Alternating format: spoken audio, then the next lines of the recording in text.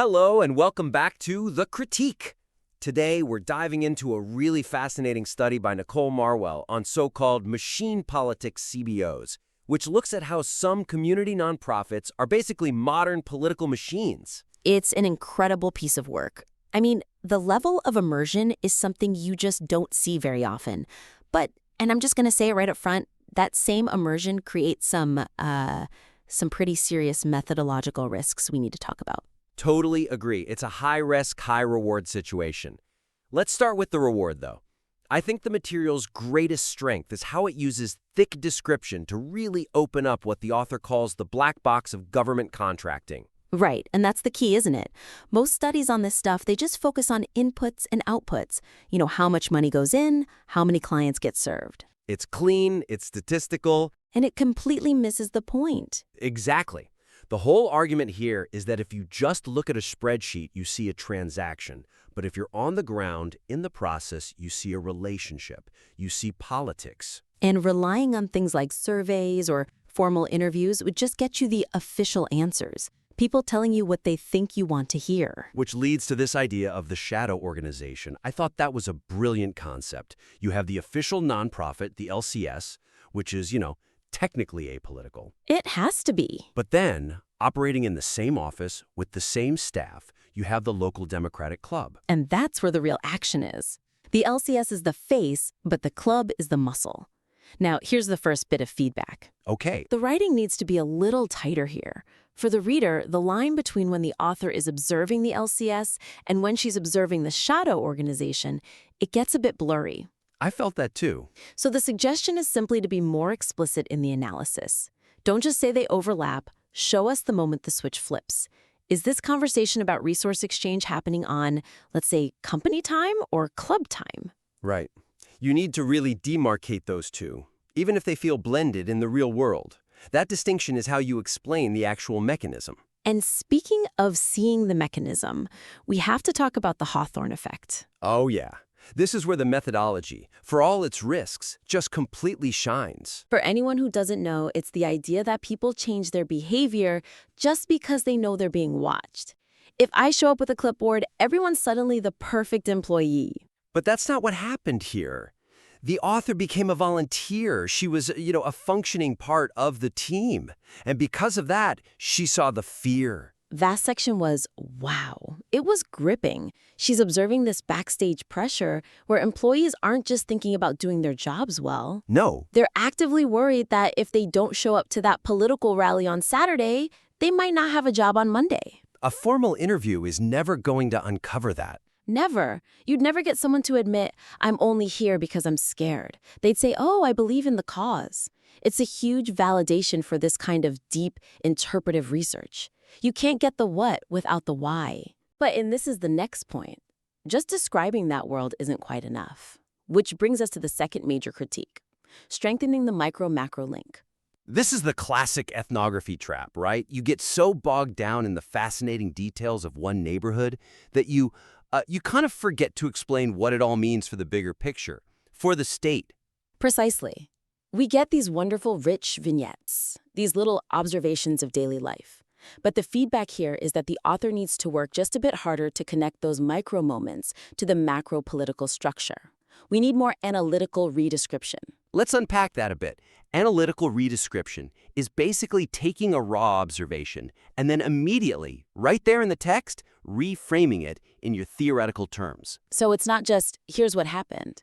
It's, here's what happened and here's what it means politically. The senior picnic is the perfect example of this. Oh, I loved that scene. You could almost smell the hot dogs. It really puts you there. It does, but maybe more aesthetically than analytically.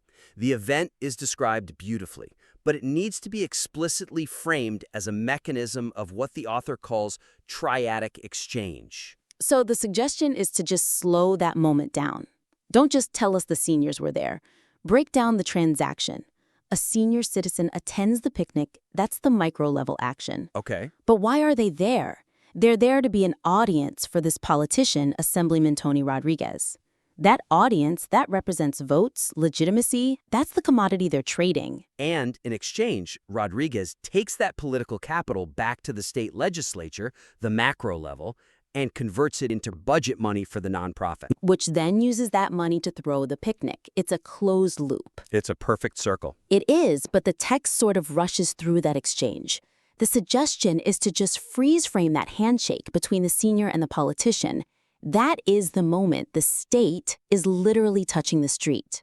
If you can redescribe that handshake as a political transaction, the argument becomes completely bulletproof. You see the same opportunity with the canvassing sections, too, where the author herself was out there knocking on doors. And that's where the exchange is almost painfully literal.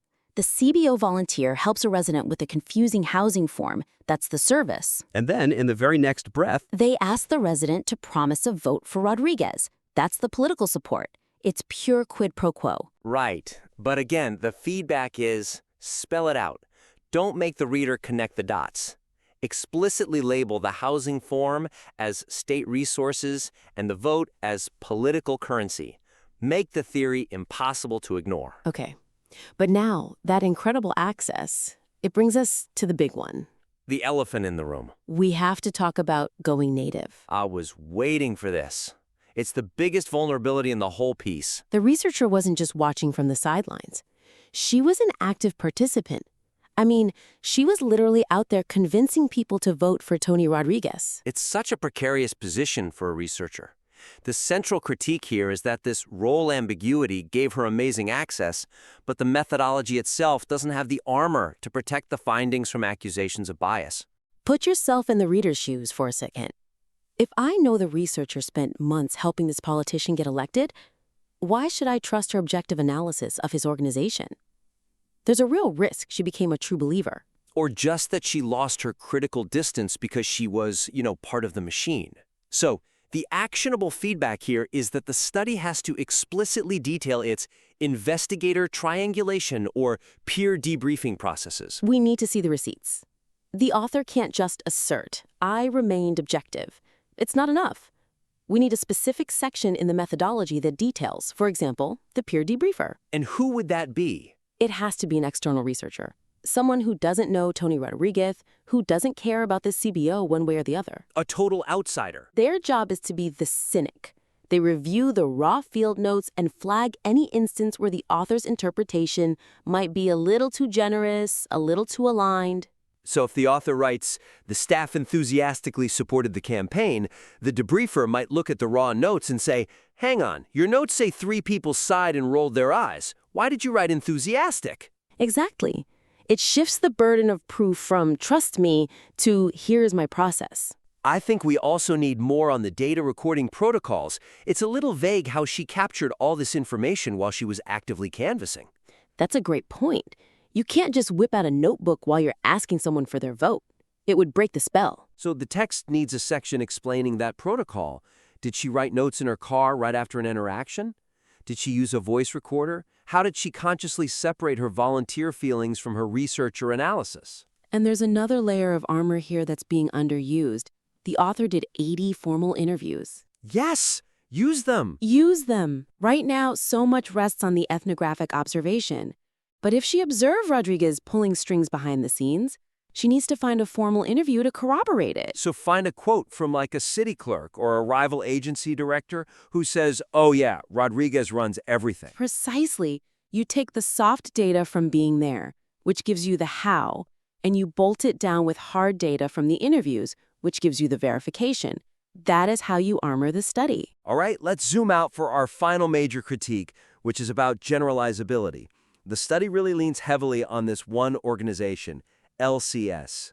It does. It's presented as the ideal type of a machine politics CBO, but it makes you ask, is this a systemic trend that's happening everywhere? Or is this just a story about Tony Rodriguez being a really effective, charismatic guy? The great man theory problem.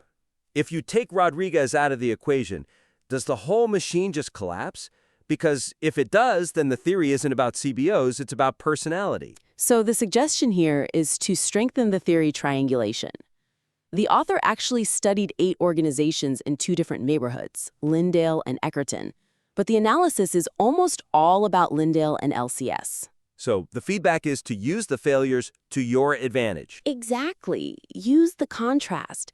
If the model worked in Lyndale, but it failed in Eckerton, the analysis needs to codify why. Was it the demographics? The leadership?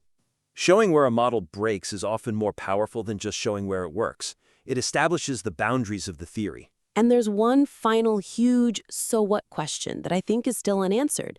The study does an amazing job analyzing the distribution of resources. We see how the money moves. But we don't know if any of it works. That's it, exactly.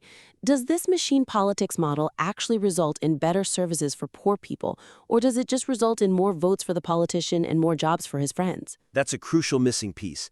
Is LCS, with all its political connections, actually providing better housing assistance than the apolitical CBOs down the street? The manuscript is completely silent on outcomes.